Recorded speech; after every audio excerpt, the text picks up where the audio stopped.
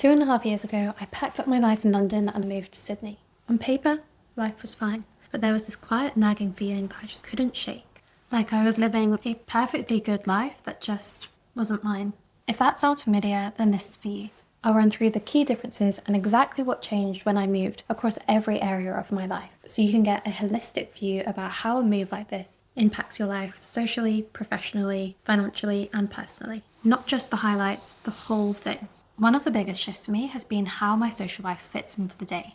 In London, everything happens in the evening. After work drinks, midweek dinners, and squeezing in a gym class if you have the energy. Weekends are packed.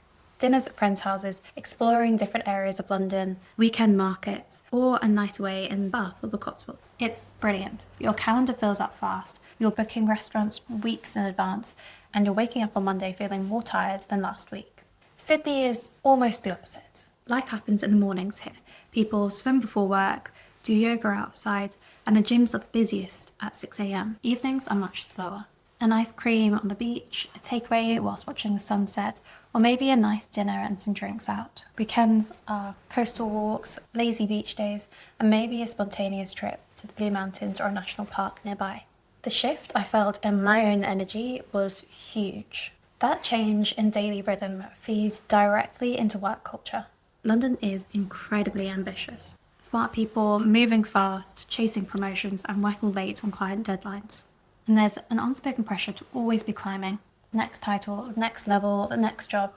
I felt it. I fed into it. And it can be genuinely motivating until it isn't. In Sydney, most people work their 9 to 5 and then clock off. There's less status attached to job titles and more emphasis on how you actually spend your life outside of work. Success looks different here. People are still ambitious, but they're more balanced. After years of striving for the next promotion and constantly comparing myself to others, I asked myself a simple question.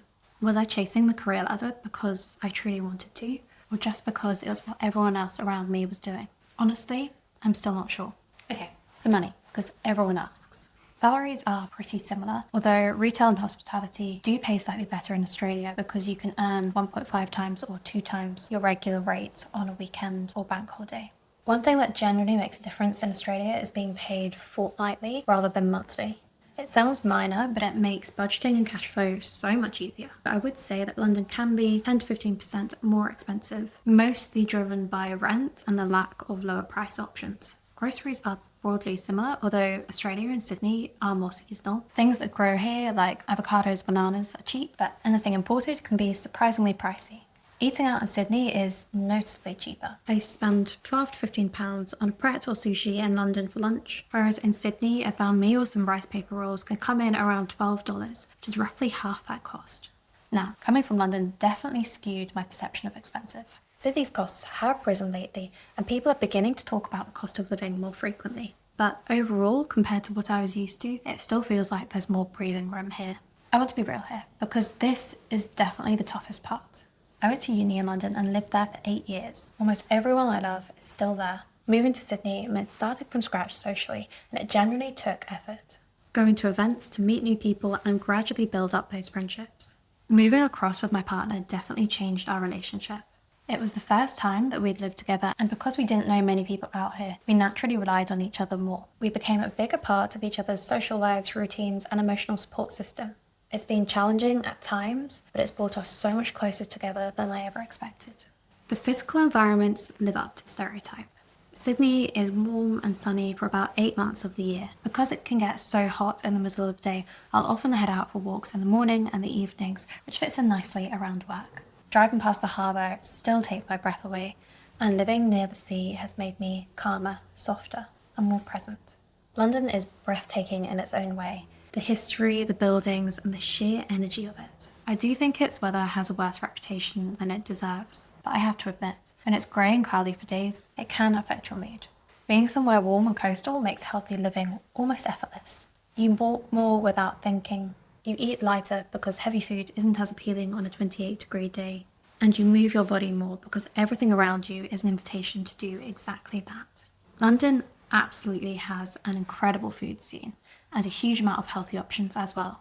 You do end up walking a lot, especially when commuting, but when it's cold, dark and grey, You're naturally drawn towards comfort food, cozy pubs, and cafes rather than being outside.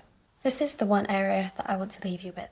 When I left London, I felt stuck, unsure of my direction, going through the motions of life that looked right, but didn't quite feel like me. Now, moving abroad didn't fix that overnight, but it did something I didn't expect. It gave me a blank slate. You get to decide who you're becoming, and without all the familiar noise, the routine, the expectations, the identity that you've built for yourself over the years, you actually start to hear yourself again. I'm still figuring things out, but I feel more myself than I have in years. More curious, more open, more willing to let life unfold without needing to control every step of it. So if you're sitting somewhere right now with that quiet feeling, not unhappy, just wondering what life could be like, I want you to know that that feeling is worth listening to. It certainly was for me.